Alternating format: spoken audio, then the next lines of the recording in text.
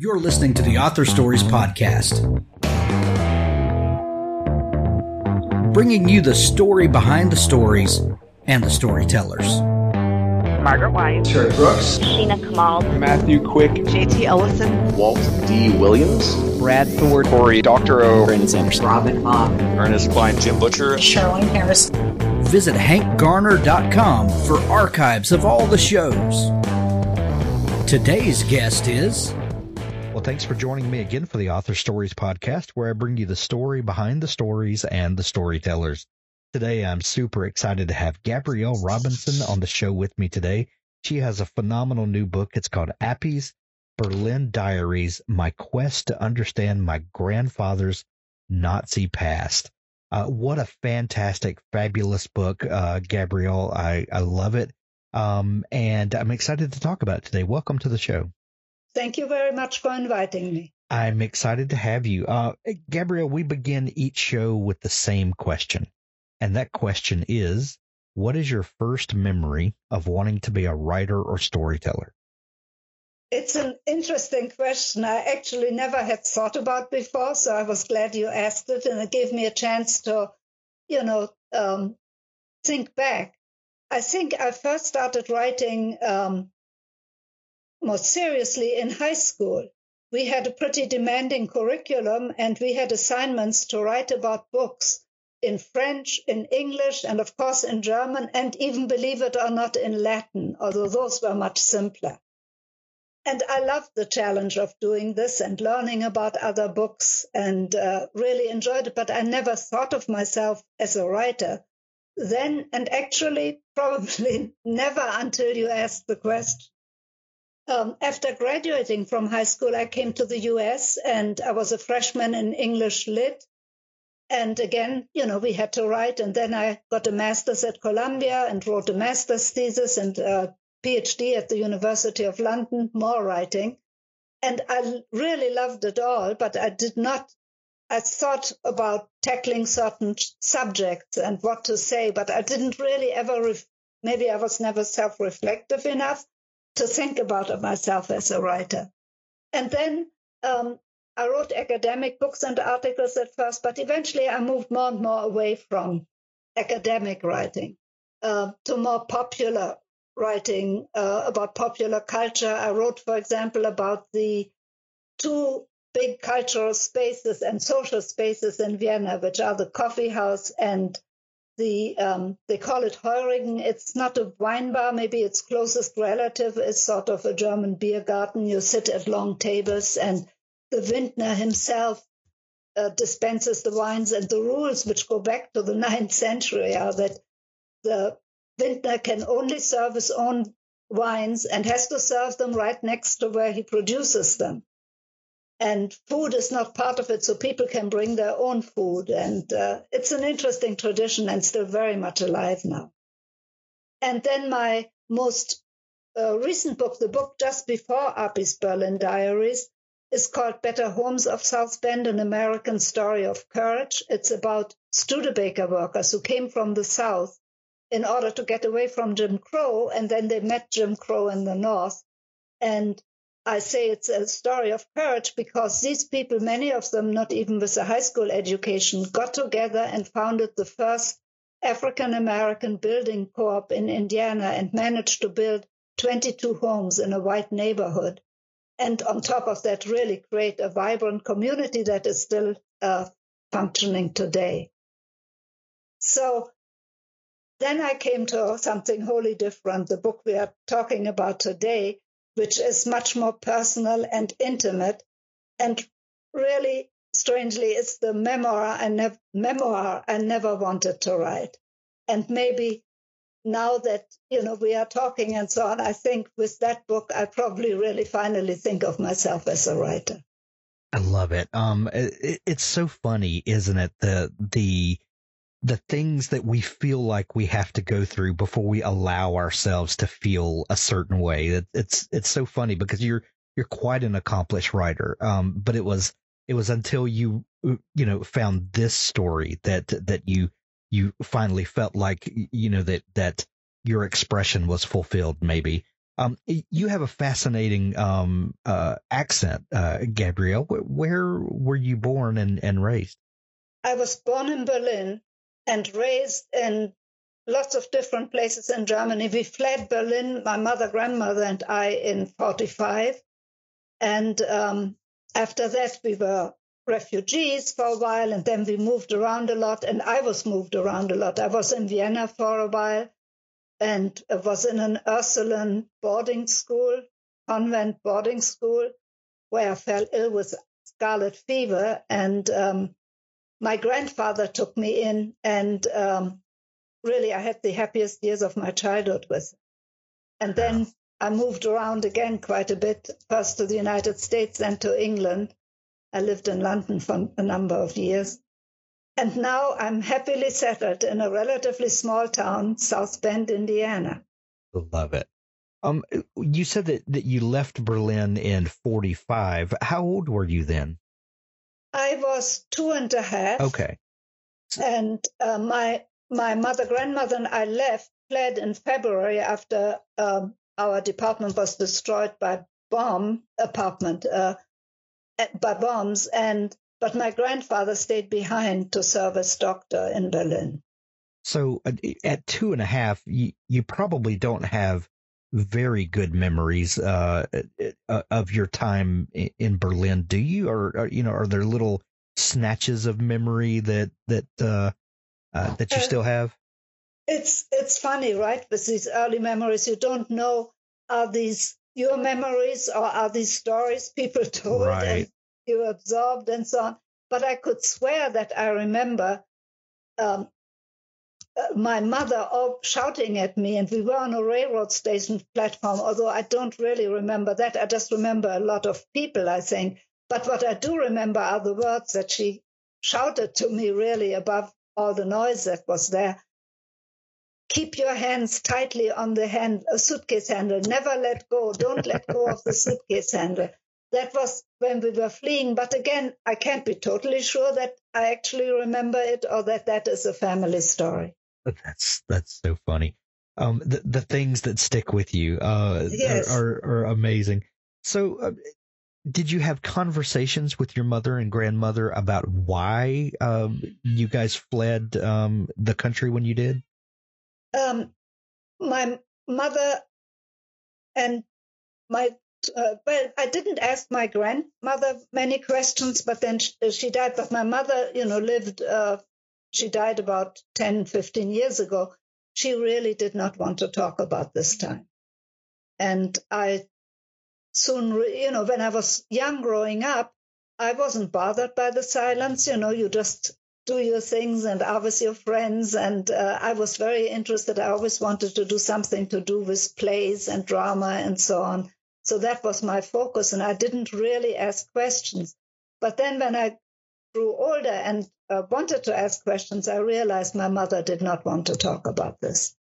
So as happens with children in traumatic experiences, a lot of times, even though the family doesn't want to talk about it, as you just move through life and school and have interactions with other people, this momentous topic of conversation had to have come up. The past in Germany and World War II and, all of these things that went into that. When did you realize, maybe from other sources, school or television or movies or whatever, that you had actually had a brush with this fateful destiny of Germany? I really kept it from myself. The only feeling I had all along, especially coming to the United States, where when you are German and have this accent, people always immediately associate it with Nazis and Hitler and so on. And so my predominant feeling was really a sense of shame of being German for, its terrible history of genocide and war. And but I never really, until I wrote this book, dealt with the guilt. There was a thing at Columbia, fellow student wanted, I think, to invite me out. He really sort of approached me, but his opening line was, "So, you've made soap out of my aunt." And I was totally shocked and ran away. But even then, I did not start to reflect on German guilt or my involvement or anything. It took those diaries and me discovering my grandfather's that he had been a member of the Nazi party, that really got me finally late in life to think about political guilt, German guilt, my grandfather's guilt, and ultimately all our political responsibility. So Gabrielle, my grandfather, my maternal grandfather, is one of the most revered people in my life. I look at him as superhuman sometimes, and I know that he was a flawed human being, and I know that my mother and uncle and aunt's relationship with him is very different than the relationship I had with him, because he was my grandfather.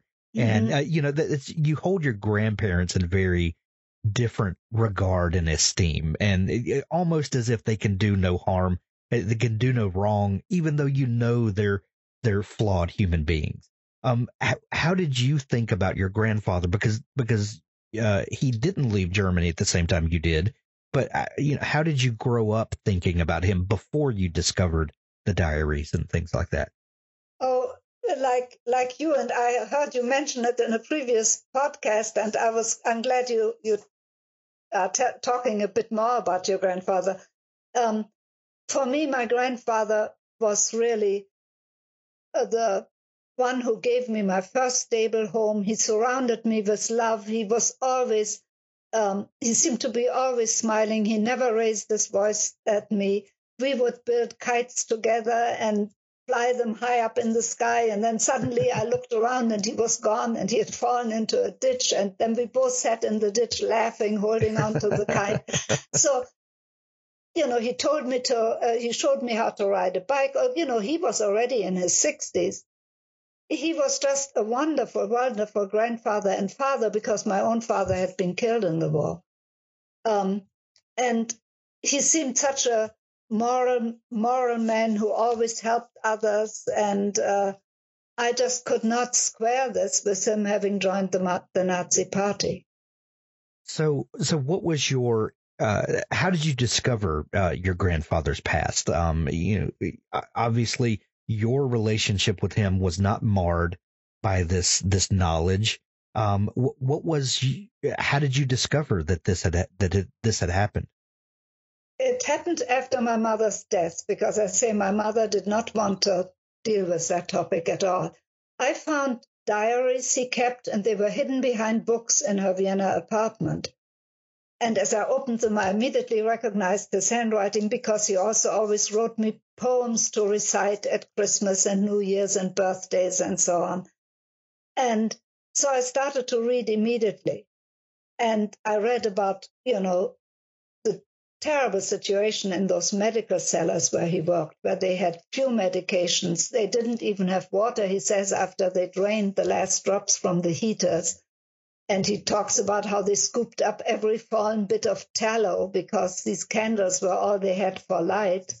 And the wounded and dying were lying on the cement floor, and the dead were stacked outside, and there was blood and excrement, and it was just dreadful.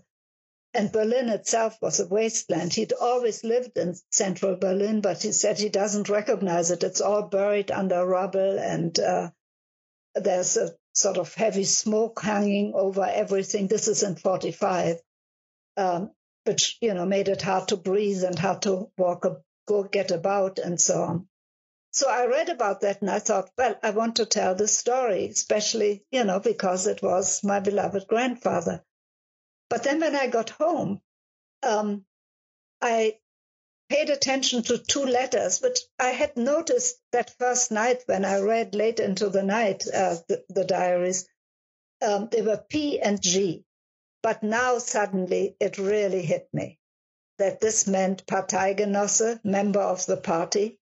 And then as I read more closely, I realized that my grandfather had been a member of the Nazi party. And so I did exactly what my mother did. I hid the diaries again. I didn't even tell my husband. It was just too much. I could not deal with this. And then I think that's probably happened to all of us at times. Suddenly something burst out when you don't expect it. And we were sitting in a coffee house, and I burst into tears, and I told Mike, my husband, what I had found. And he really tried to push me to write the story that, and that it's even more important now rather than just, the conditions in Berlin. It's also dealing with an ordinary citizen in a totalitarian regime and how they deal with it and issues like that. But I just couldn't do it. It really felt, like a betrayal. But then I happened to read, in preparation for my previous book, the Better Homes book, I read Edward Ball's Slaves in the Family. And he talks about how when he decided to write about the slaves his grandfather had kept, he told his family, and they were angry and shocked and said he couldn't do it. One of them even shouted at him something like, "You're going to dig up our grandfather and hang him." And, I felt a bit like that too. But then Ball writes that it gave him pause, and he wasn't at first sure what to do. But then he decided, no, he isn't responsible for what his grandfather did, but he is accountable, and he has to write about it. And somehow that seemed so parallel and so similar that I thought, yes, I do have to do that too. And the book is still written in love with love for my grandfather, but it also is an accounting of sorts. Papyrus Author was designed and developed with the modern writer's needs, wishes, and preferences in mind. From big structures right down to tiny details, every single feature of our software has been carefully and meticulously crafted in collaboration with authors. Take charge of your writing with the author interface, which gives you access to different elements of your story, such as characters, backgrounds, and narrative structure. Move sections of your writing seamlessly in the navigator and evaluate the complexity of your text with our expert style and readability analysis. Never worry about losing progress with automated backups. With Papyrus Author, you can be your own writer, editor, and publisher. The world of writing is about to change. Papyrus Author, the word processor for authors, has arrived on the international stage. Unrivaled in its scope, it is the first software suite to unite every single step of creative writing. The vision behind Papyrus Author is to empower everyone with an idea to turn it into a great book for free. A word processing core that matured for over 10 years at its foundation, Papyrus Author goes beyond the text with its intuitive organizing layers for story, characters, notes, and research. The powerful style and readability analysis help raise manuscript quality. The inbuilt publication capabilities take the book directly to the reader with ebooks, docx, and print-ready PDF. Visit papyrusauthor.com to get started today.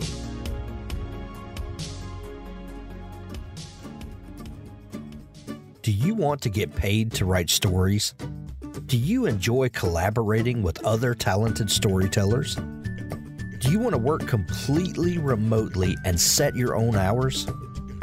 Relay Publishing is looking for writers and editors to work on fiction projects across a range of genres, from thrillers to sci-fi, fantasy, and romance. The Relay process is extremely collaborative, in the same vein as a TV show's writer's room. If you're a story geek, then you'll be on a great team.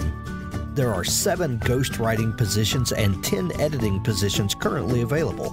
Please go to www.recruitment.relaypub.com. That's www.recruitment.relaypub.com for more information on how to apply.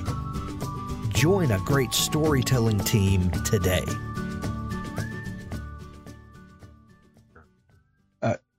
Gabrielle, what I find fascinating is that, when you discover things about a beloved family member, you immediately start looking for ways to compartmentalize the information that you found out.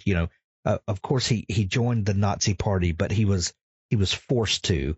Or, it's easy for me to make a judgment sitting here in America when we don't know the things he was going through in Berlin at the time. There's all sorts of things that we go through to help us to deal with these, unspeakable decisions that people were faced with.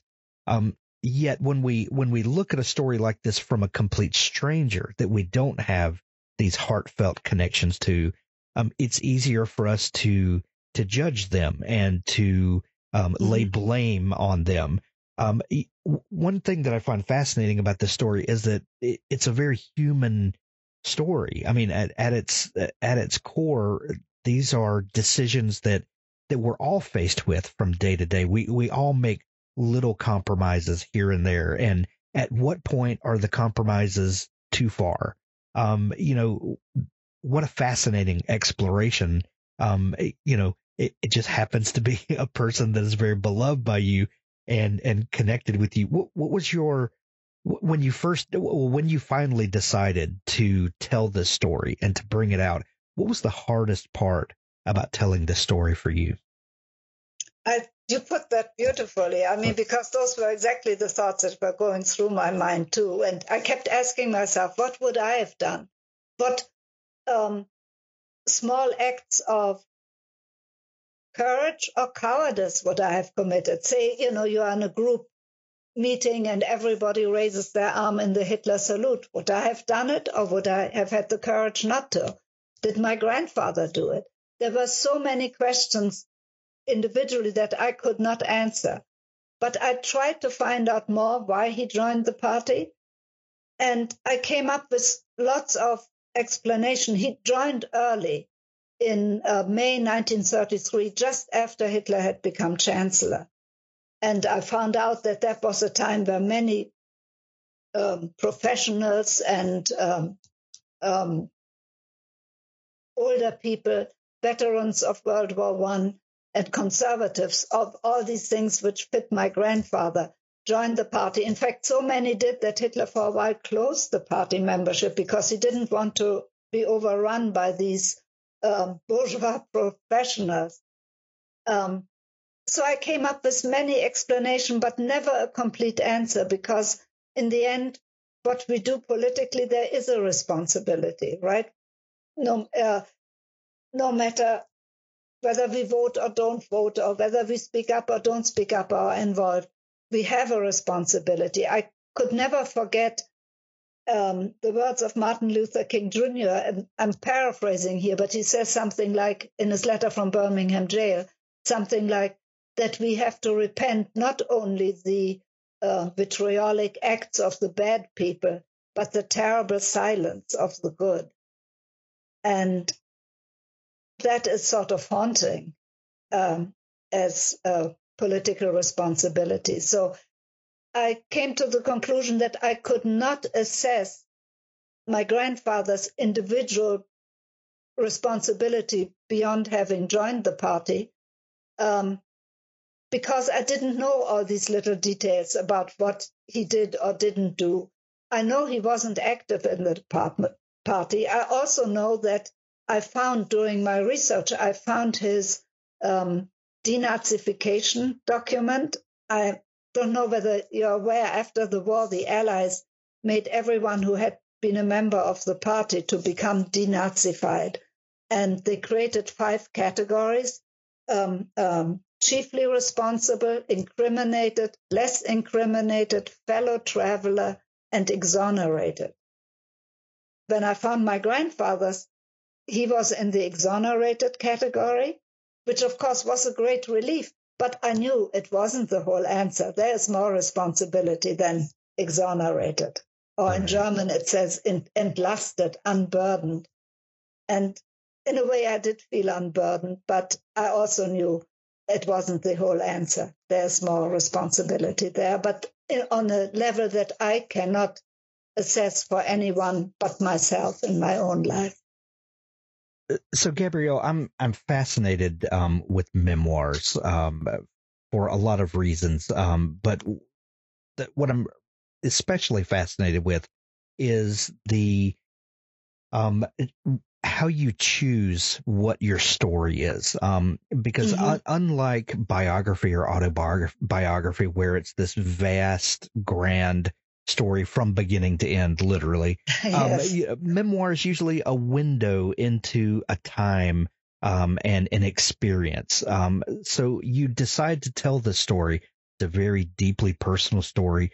How do you decide what the window is that you want to tell about? Yes, that changed in a way over the process of writing and rewriting. At first, I was just going to sort of deal with the diary and tell the story of the diary. Then I realized, no, that I have to also try to find out why he joined the party, learn much more about him, because I was only 12 when he died. So I did not ask him enough questions about his life. I only knew the rudiments of it. That he grew up in a Prussian town and lived all his professional life in Berlin, right in the center, right near the Brandenburg Gate and the Reichstag. But that was about it. So those were the two.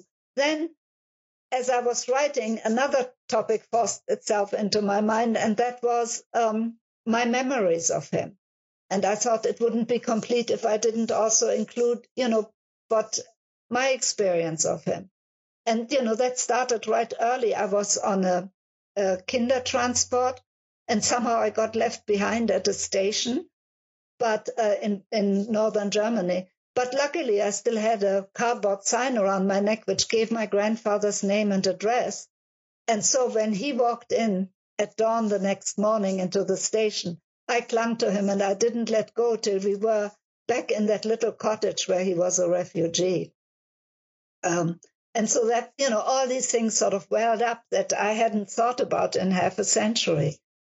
And then the fourth thing that kept coming was discussions of German guilt and political responsibility. So eventually the book moved between all these things. It moved between descriptions about his day-to-day account of Berlin in 1945, first the bombing, then the defeat, then the Soviet occupation, to my memories of living with him, to me retracing his steps in the Berlin of the 21st century, and to discussions of German guilt. So it's 62 chapters that kind of ricochet between all these things.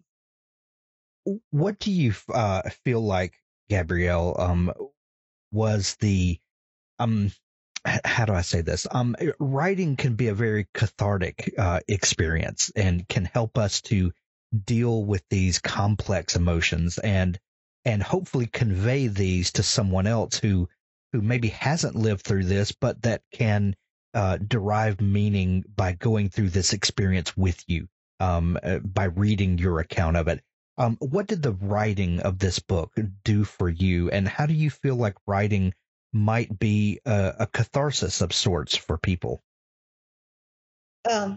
Yes, a good question too. I mean, in the first place, it made me confront a past I had evaded all my life. Because of that German silence, I had really never dealt with the guilt, and now I had to deal with it on a very personal, intimate family level. But what you also, I think, are addressing is in a way that is for me, and it is therapeutic, and it was in the end, I'm glad I did it, despite my huge reluctance to begin with. But for the reader, I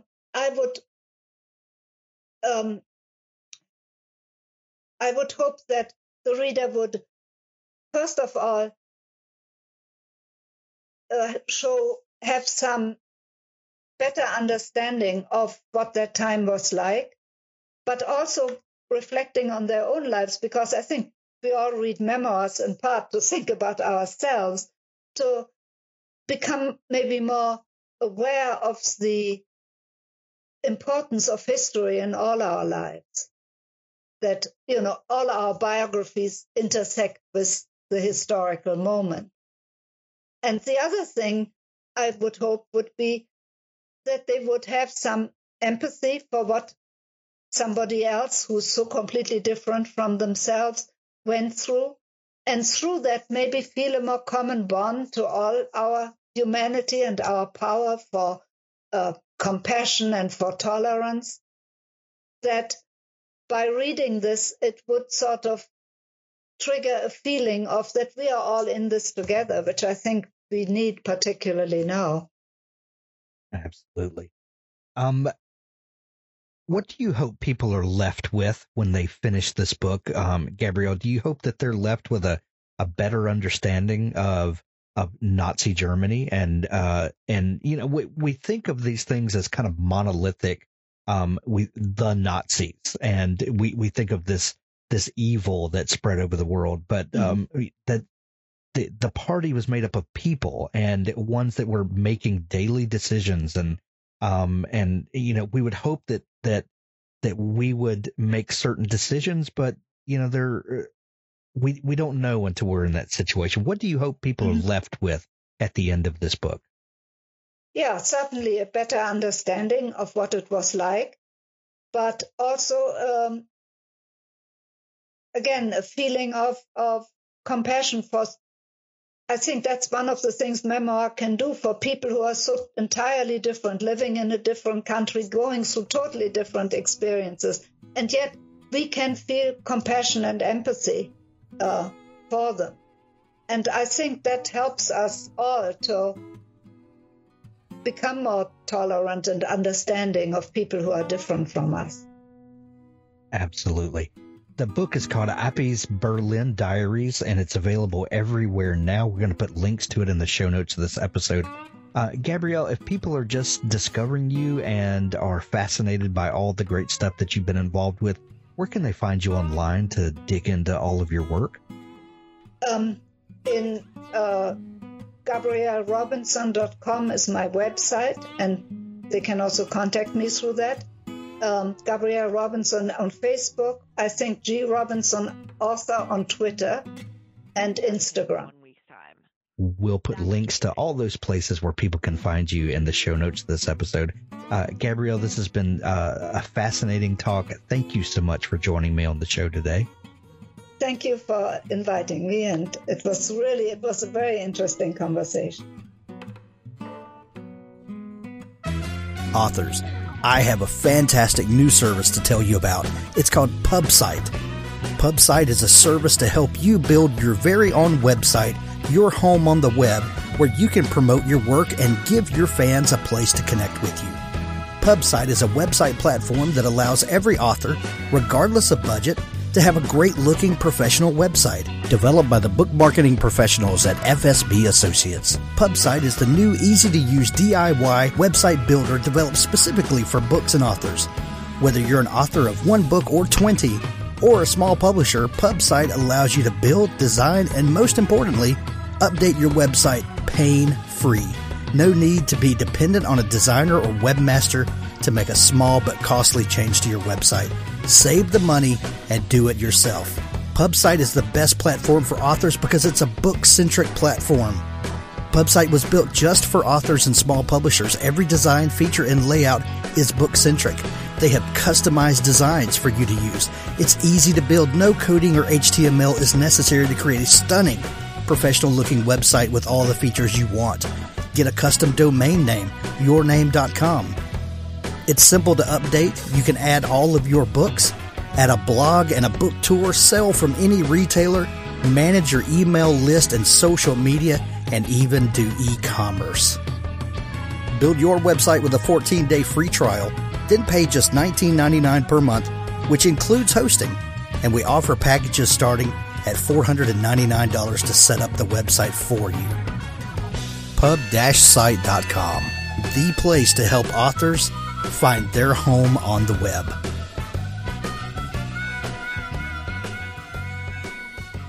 You ever wonder if a person's critical thinking comes at the expense of their own happiness? Is it possible to be very happy and still practice excellent discernment? I used to wonder the same thing. Then I discovered the Trouble in Paradise podcast with Nigel Kent and Jasmine Starr, where they laugh as well as think about conspiracy theories and unexplained phenomena. without ever getting bogged down in the age-old tug-of-war between logic and feeling. The Trouble in Paradise podcast is a joyful program for critical thinkers who have a sense of humor. Join Nigel and Jasmine as they probe the intriguing and wacky culture of odd occurrences, strange news, and ridiculous coincidences on this hilariously intelligent podcast. Trouble in Paradise on Spotify, Apple Podcast, and Stitcher. Follow @Tipcast239 on Twitter. Trouble in Paradise with Nigel Ken and Jasmine Starr, a happy podcast for critical thinkers like you.